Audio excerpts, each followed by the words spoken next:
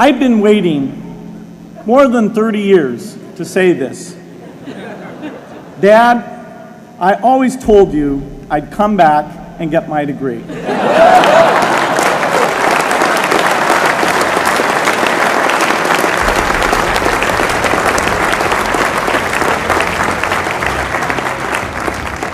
I'm a bad influence. That's why I was invited to speak at your graduation.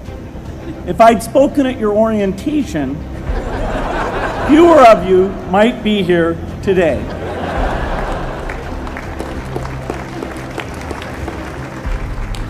Harvard was a phenomenal experience for me. Academic life was fascinating. I used to sit in on lots of classes that I hadn't even signed up for. And dorm life was terrific. I lived up at Radcliffe in Currier House. There were always a lot of people in my dorm room late at night discussing things because everyone knew that I didn't worry about getting up in the morning. That's how I came to be the leader of the antisocial group. We clung to each other as a way of validating our rejection of all those social people. Radcliffe was a great place to live. There were more women up there, and most of the guys were math science types. The combination offered me the best odds, if you know what I mean. That's where I learned the sad lesson that improving your odds doesn't guarantee success.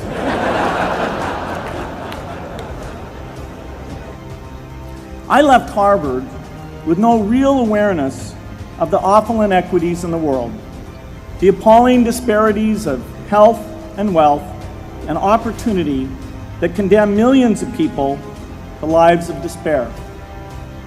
I learned a lot here at Harvard about new ideas in economics and politics.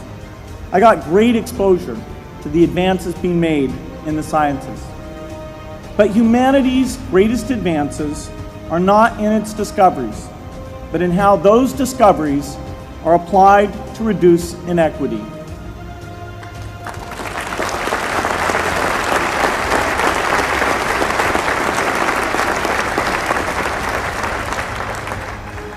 Whether through democracy, strong public education, quality health care, or broad economic opportunity, reducing inequity is the highest human achievement. In your years here, I hope you've had a chance to think about how, in this age of accelerating technology, we can finally take on these inequities and we can solve them. Imagine, just for the sake of discussion, that you had a few hours a week and a few dollars a month to donate to a cause.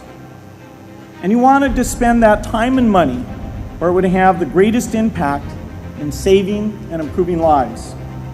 Where would you spend it? For Melinda and I, the challenge is the same. How can we do the most good for the greatest number with the resources we have? If we can find approaches that meet the needs of the poor in ways that generate profits for business and votes for politicians, we will have found a sustainable way to reduce inequity in the world.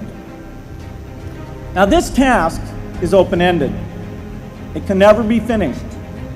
But a conscious effort to answer this challenge can change the world. I'm optimistic that we can do this.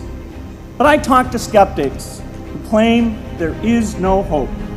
They say inequity has been with us since the beginning and will be with us until the end because people just don't care.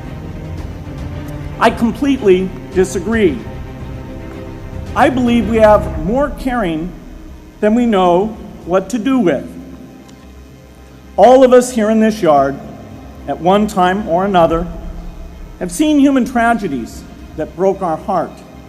And yet we did nothing, not because we didn't care, but because we didn't know what to do.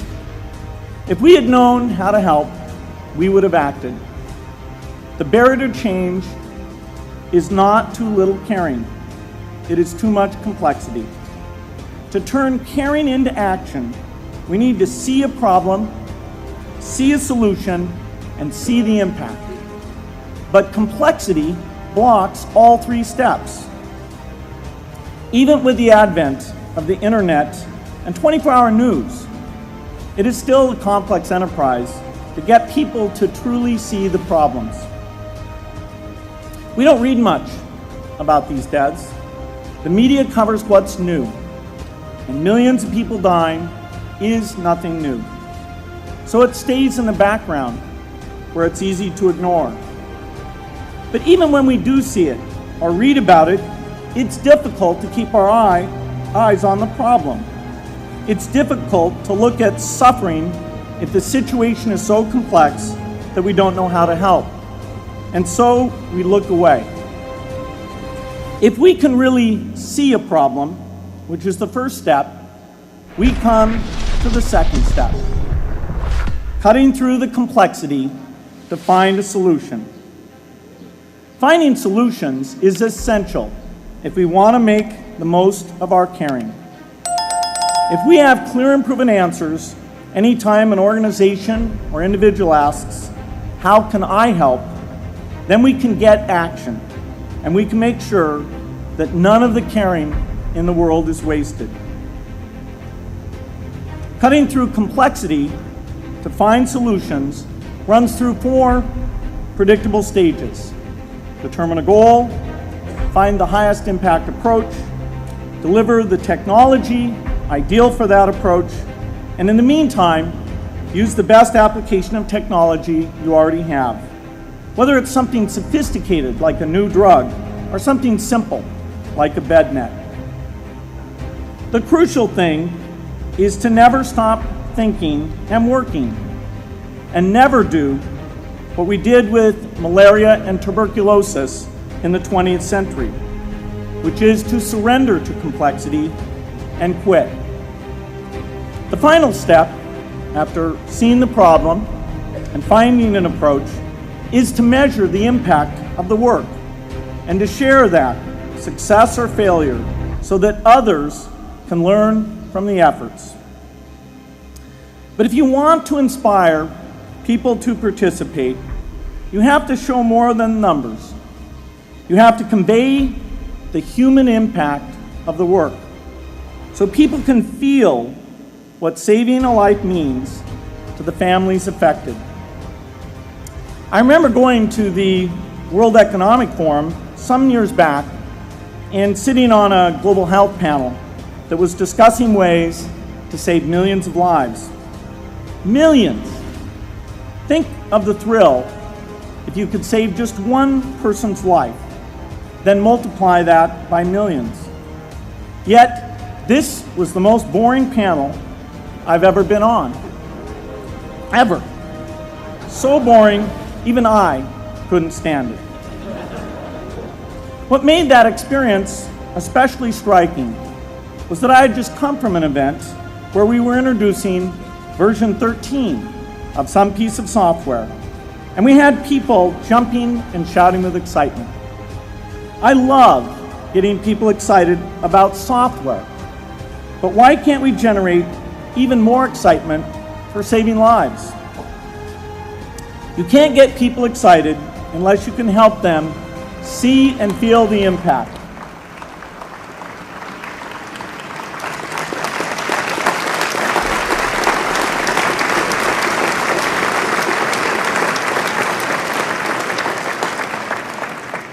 The way to do that is another complex question. Still, I'm optimistic. Yes, inequity has been with us forever, but the new tools we have to cut through complexity have not been with us forever. They are new.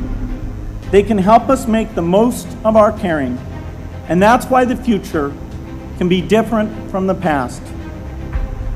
The defining and ongoing innovations of this age, biotechnology, the personal computer, and the internet, give us a chance we've never had before to end extreme poverty and end death from preventable disease.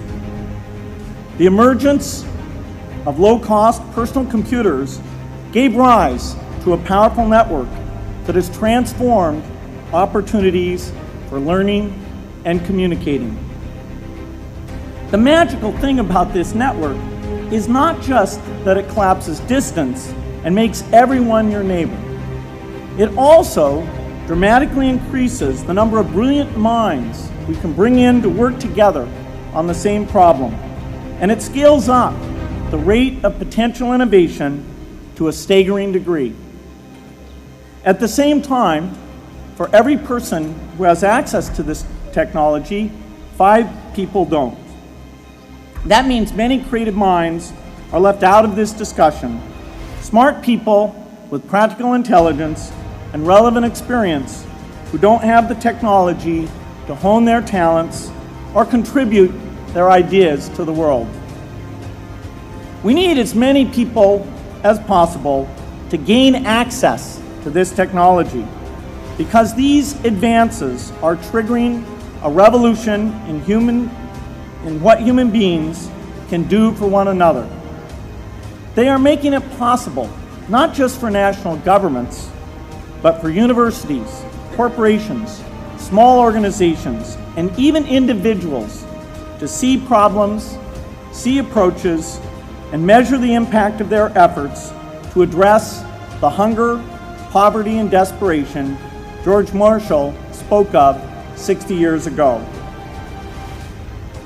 Should the world's most privileged learn about the lives of the world's least privileged? These are not rhetorical questions.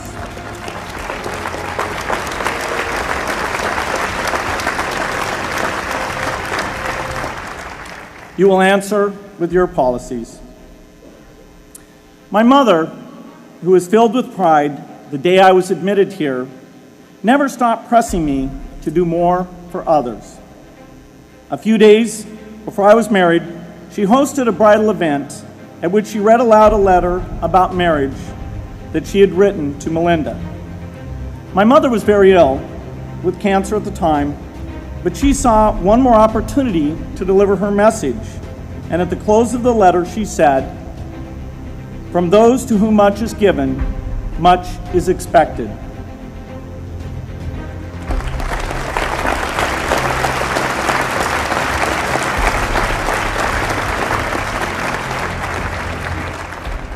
When you consider what those of us here in this yard have been given in talent, privilege, and opportunity, there is almost no limit to what the world has a right to expect from us. In line with the promise of this age, I want to exhort each of the graduates here to take on an issue, a complex problem, a deep inequity, and become a specialist on it. If you make it the focus of your career, that would be phenomenal. But you don't have to do that to make an impact. For a few hours every week, you can use the growing power of the internet to get informed, find others with the same interests, see the barriers, and find ways to cut through them.